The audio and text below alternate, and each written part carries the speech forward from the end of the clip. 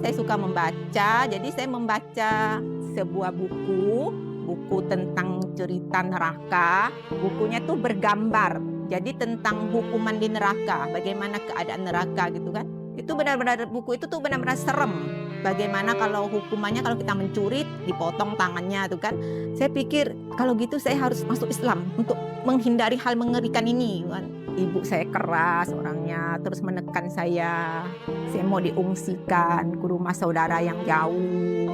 Udah tidak tahu bagaimana menghadapinya, bagaimana menyelesaikannya. Waktu itu usia saya juga masih muda, saya kabur dari rumah. Ini ada beras dari donatur Saudara Siman, dan semoga dengan adanya beras ini bermanfaat juga.